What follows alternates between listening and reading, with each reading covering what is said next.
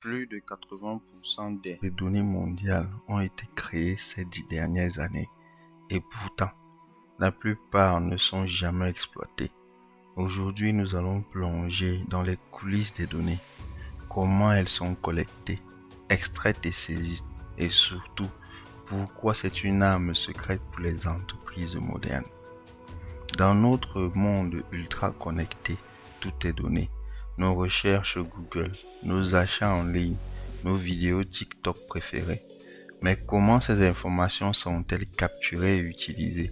Aujourd'hui, nous allons comprendre les 3 piliers fondamentaux de la gestion des données, la collecte, l'extraction et la saisie de données. Maintenant, imaginons une entreprise organisant une conférence et souhaitant recueillir les informations des participants afin de générer des badges et envoyer des mails de confirmation pour celui-ci. Chaque donnée collectée, chaque mise à jour de statut contribue à améliorer l'efficacité et la fluidité de cet événement. Plutôt que de gérer manuellement les listes papier et des inscriptions dispersées, l'entreprise trouve plus judicieux de mettre en place un système structuré pour centraliser les informations et les exploiter facilement. C'est précisément cela la collecte de données. Obtenir de l'information brute qui n'était pas encore en notre possession.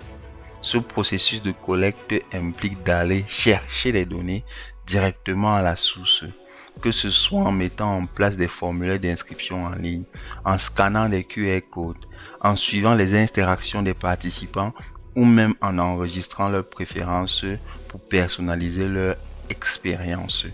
Mais avant d'aller plus loin, il est essentiel de comprendre comment ces données sont obtenues et traitées efficacement. Chaque donnée a une origine. Lorsque nous collectons des informations, nous pouvons nous tourner vers différentes sources de données, c'est-à-dire des points d'entrée où les données sont générées pour la toute première fois. Parmi les sources de collecte de données, on peut citer l'environnement physique.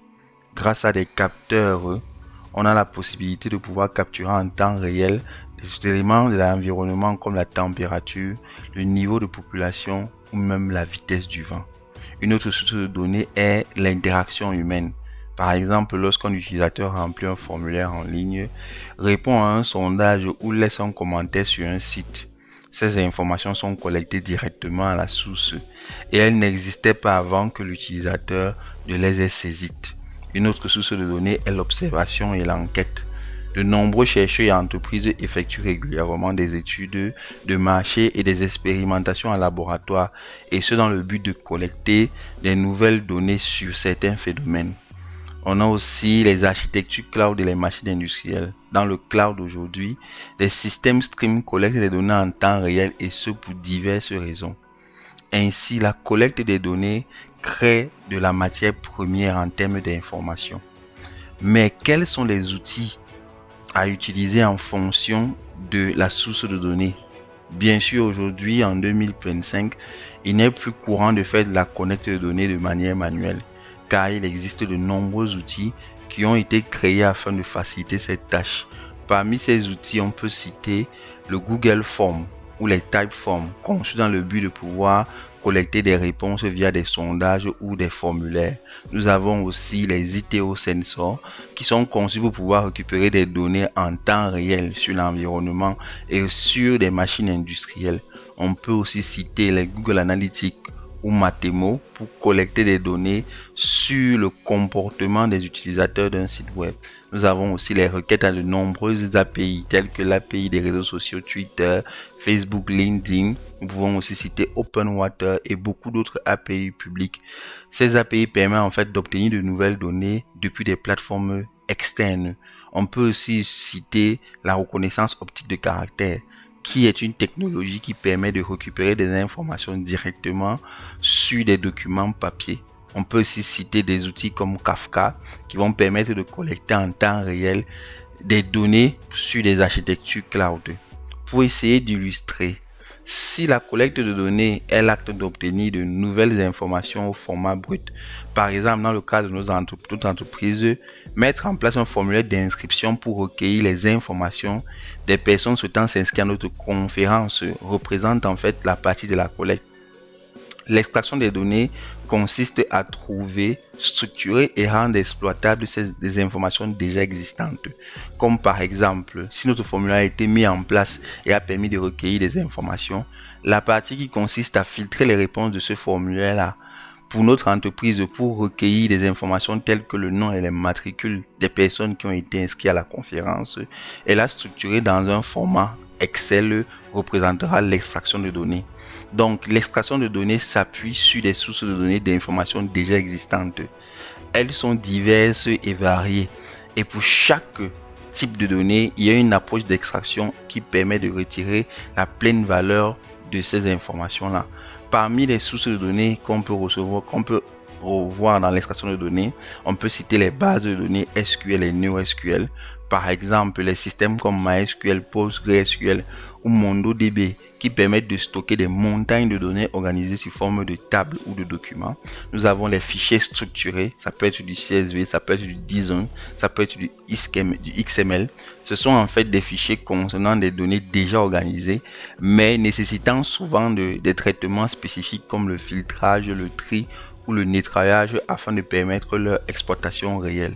Nous avons des fichiers non structurés tels que les textes non formatés comme les fichiers de log et de monitoring. Nous avons des images, des vidéos, des audios et des documents. Ça, ce sont des types de fichiers n'ayant pas une organisation déjà prédéfinie. Nous avons aussi les pages web et les sites publics. Donc, certaines données sont présentes sur des plateformes en ligne. Ça peut être des annuaires d'entreprise, des avis clients ou même des articles. Nous avons aussi des sources comme des API. Aujourd'hui, il y en a 3 grands types, les SOAPI, les REST API et les GraphQL. Ces API-là permettent souvent de transporter des informations directement dans des entrepôts où elles ont été stockées au préalable.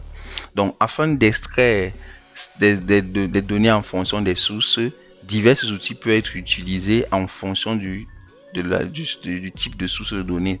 Par exemple, on peut citer le web scraping qui va permettre d'extraire des données des pages web et des sites web, les requêtes SQL qui vont permettre d'extraire des données des bases de données SQL, l'OCR qui va permettre d'extraire des données depuis des images, le Natural Language Processing qui va permettre d'extraire des données depuis des sources de données texte.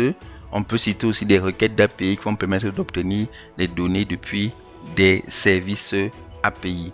Donc, une fois que la donnée a été exfiltrée, on peut généralement l'intégrer à un autre système. Cette partie s'appelle la saisie des données, qui consiste à intégrer les informations extraites dans un système d'entreprise dans le but de l'exploiter efficacement.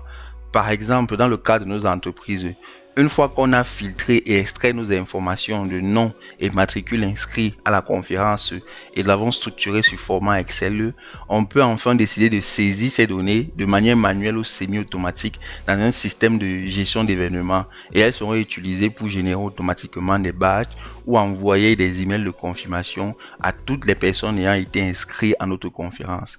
Parmi les outils de saisie de données, on peut citer la dactylographie qui permet d'écrire manuellement et transcrire manuellement les données directement dans le système. On peut citer les CRMS comme Salesforce ou HubSpot. On peut citer les ERP comme SAP ou Odoo. On peut citer les RPA comme UiPath ou Power Automation. En conclusion, si la gestion des données était une cuisine, alors la collecte de données serait le fait de faire des courses et acheter les ingrédients. L'extraction de données, le fait de trier et préparer ces ingrédients-là. Et enfin, la saisie de données, le fait de bien ranger ces ingrédients dans un réfrigérateur pour une exploitation future. Sans ces 3 étapes, il est impossible de pouvoir cuisiner une recette fiable. Et c'est pareil dans le monde de la donnée. Mal gérées, elles sont inutilisables. Bien traitées, elles deviennent une mine d'or pour l'entreprise, les chercheurs et les analystes de données. Dans la prochaine vidéo, nous aurons un tutoriel pratique qui nous permettra de parcourir l'ensemble des outils de collecte de données. Si vous avez aimé cette vidéo, priez de vous abonner et bien sûr d'activer la cloche de notification pour ne rater aucune de nos prochaines vidéos. Et moi, je vous dis à la prochaine. Ciao!